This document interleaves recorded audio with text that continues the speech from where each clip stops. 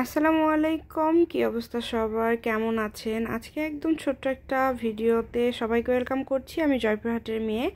আজকে আমি চলে আসছি মোমো এনে। বেশ অনেক দিন পরে আমরা একটুখানি বাসা থেকে দূরের দিকে গেলাম, মানে মোমো এনে। তো একটুখানি ঘোরাফেরা করার পরে আমরা একদমই বেশিক্ষণ ছিলাম না, তবে এই মুহূর্তটা আমার কাছে খুবই স্পেশাল ছিল। অনেক বছর পরে কি বলবো যে খুব ভালো একটা মুহূর্ত এবং খুব সুন্দর একটা মুহূর্ত কাটালাম। কারণ স্পেশাল কিছু অবশ্যই ছিল, এই কারণে এই মুহূর্তটা অনেক বেশি সুন্দর ছিল এবং তাই ভাবলাম যে স্মৃতিতে রেখে দেই। তাই বেশ কিছু ফটো, তারপরে একটুখানি রিলস করে নিলাম, কারণ এগুলোই তো স্মৃতি হিসাবে থেকে যাবে।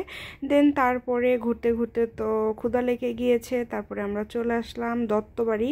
এখানে ওয়াফেল কর্নারে কিন্তু বেশ অনেক কিছু এখন পাওয়া যায়। প্রথমে এসে আমরা যেটা অর্ডার করেছিলাম মোমোস, কারণ সারফরাজের মোমো খুবই পছন্দ এবং পার্সোনালি আমিও খেতে খুবই ভালোবাসি।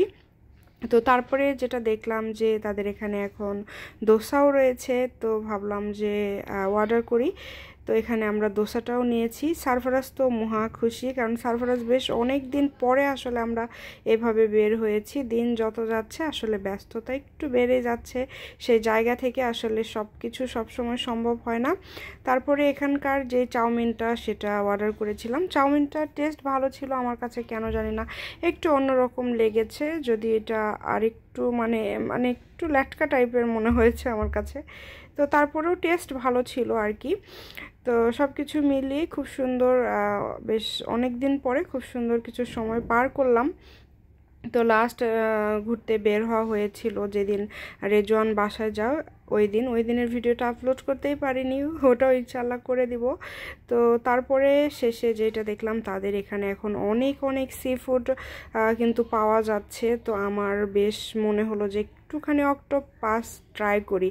তো অক্টোপাস একটা অর্ডার করলাম। এটা আমি একটা ফুল অক্টোপাস নিয়েছিলাম এবং এটার যদি টেস্ট বলি খুবই সুন্দর এবং রান্নাটা মাশাল্লাহ খুবই ভালো হয়েছিল, আমার কাছে ভীষণ মজা লেগেছে। যারা বগুড়াতে আছেন চাইলে যেতে পারেন ওয়াফেল কর্নার, এটা কিন্তু কাচ্চি ভাইয়ের অপোজিট পাশেই একদম। তো এগুলো খাবারের সাথে তো একটুখানি কোল্ড ড্রিঙ্কস লাগেই, তো আমি এই তো নিয়ে নিলাম। তো সবাই ভালো থাকবেন এবং আমাদের জন্য দোয়া করবেন। সারফরাজ একটুখানি অসুস্থ। সারফরাজ অক্টোপাস আমি ওকে কয়েকবার খেতে বলেছিলাম, সে একদমই মুখে দেয়নি, তবে খাওয়া শেষ হলে তার নাকি খেতে মন চেয়েছে, এই কারণে সে আবার আইসক্রিম নিয়ে নিয়েছে।